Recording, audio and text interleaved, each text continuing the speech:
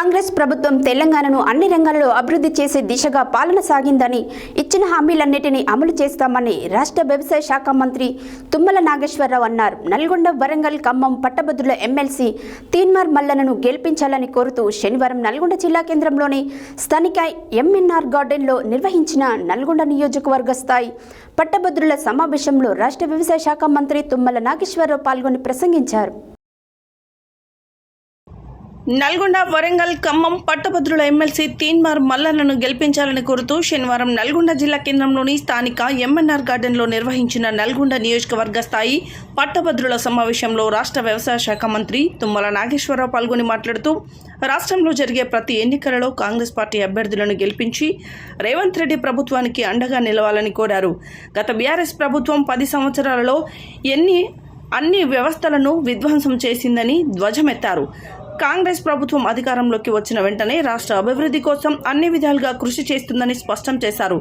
ఎన్నికల ముందు ఇచ్చిన హామీలన్నింటినీ నిలబెట్టుకుంటామని పేర్కొన్నారు. రైతులకు 2 లక్షల రుణమాఫీ అమలు చేసి తీరుతామని అన్నారు. ప్రశ్నించే తత్వం ఉన్న తీన్మార్ మల్లన్న గెలిస్తే నిరుద్యోగులకు న్యాయం జరుగుతుందని తెలిపారు. రాష్ట్ర యువజన కాంగ్రెస్ అధ్యక్షుడు కొత్తారపు శివసేనారెడ్డి మాట్లాడుతూ తీన్మార్ మల్లన్న పోటీలో ఉంటే బీఆర్ఎస్ నాయకులు జంకుతారని అన్నారు. ఆయన ఓటమికి అనేక కుట్రలు దుష్ప్రచారాలు చేస్తున్నారని విమర్శించారు. ఈ నెల 27న జరిగే పట్టభద్రుల శాసనమండలి ఎన్నికలలో తీన్మార్ మల్లన్నను మొదటి ప్రాధాన్యత ఓటుతో అత్యధిక మెజారిటీతో గెలిపించాలని కోరారు. పట్టభద్రుల ఎమ్మెల్సీ అభ్యర్థి తీన్మార్ మల్లన్న మాట్లాడుతూ పట్టభద్రుల ఎమ్మెల్సీ అభ్యర్థిగా ఒక అవకాశం ఇచ్చి గెలిపిస్తే రాజకీయాల్లో సమూల మార్పులు తీసుకువస్తానని, కాంగ్రెస్ పార్టీ ఇచ్చిన హామీలన్నింటినీ అమలు చేయిస్తానని స్పష్టం చేశారు.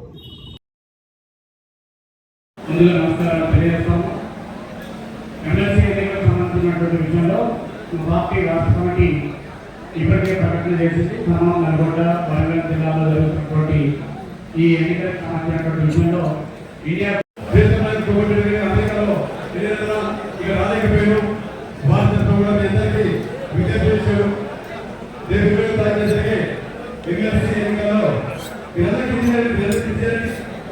మన పార్లమెంట్ అభ్యర్థి, పార్లమెంట్ మెంబర్ రఘుపతి గారి వేదికగా అవసరం అవుతున్నాం. నల్గొండ పార్లమెంట్ ఏర్పాటు చేయడం జరిగింది. దానికి కూడా మల్లన్న గారు మన నల్గొండ జిల్లా యువకుల మీద, నిరుద్యోగుల మీద పెట్టిన నమ్మకంతో నల్గొండ జిల్లాలో భారీ మెజారిటీ వస్తే గెలుపు చాలా ఈజీగా ఉంటుంది కాబట్టి చేద్దామని నమ్మకంతో ఇక్కడ ఏర్పాటు చేసింది. ఈ సందర్భంగా నేను మీ అందరికీ మల్లన్న గారి గురించి ప్రత్యేకంగా చెప్పేది లేదు, కానీ గత వారం రోజుల నుంచి నేను కూడా చూస్తున్నా టీవీలలో ప్రతిపక్షాల అభ్యర్థులు మల్లన్న గారి మీద బురద జల్లి గెలవాలనే ప్రయత్నం చేస్తారు. మనకి ఇంకున్నది ఒక 2 రోజుల సమయమే. మనందరం కూడా ఈ విషయాన్ని చాలా సీరియస్ గా తీసుకుని, ఎందుకంటే మీరందరూ గుర్తుపెట్టుకోవాలి, మన కాంగ్రెస్ పార్టీ గెలుపులో మల్లన్న గారి పాత్ర కూడా ఎంతో కీలకమైందని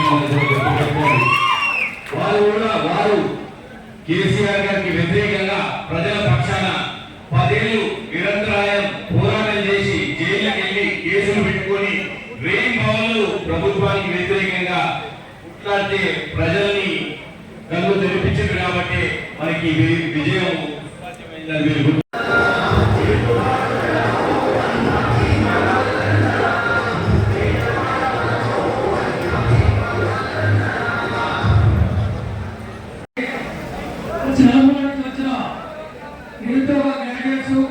ఉద్యోగ సంఘాల నాయకులు, ఉద్యోగస్తులు అందరికీ స్వాగతం, సుస్వాగతం.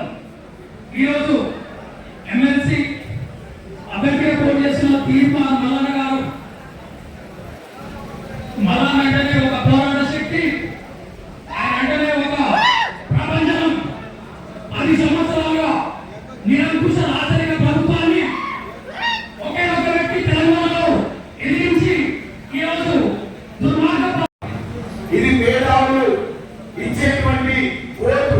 ఈ ఓటు ద్వారా మనమంతా మన ఆలోచనల్ని మన అభ్యర్థి ద్వారా మండలిలో ప్రతిబింబించుకునేందుకు చేసేటువంటి ఒక ఎన్నిక. మరి సోదరులారా, తీన్మార్ మల్లన్న ఇవాళ కాంగ్రెస్ పార్టీ అభ్యర్థిగా, ఇండియా కూటమి అభ్యర్థిగా, వామపక్షాలతో పాటు టీజేఎస్ అలాగే లెఫ్ట్ పార్టీలు, కొన్ని పార్టీలు అభ్యర్థులు పెట్టడం కోసం వాళ్ళందరూ కూడా తీర్మానం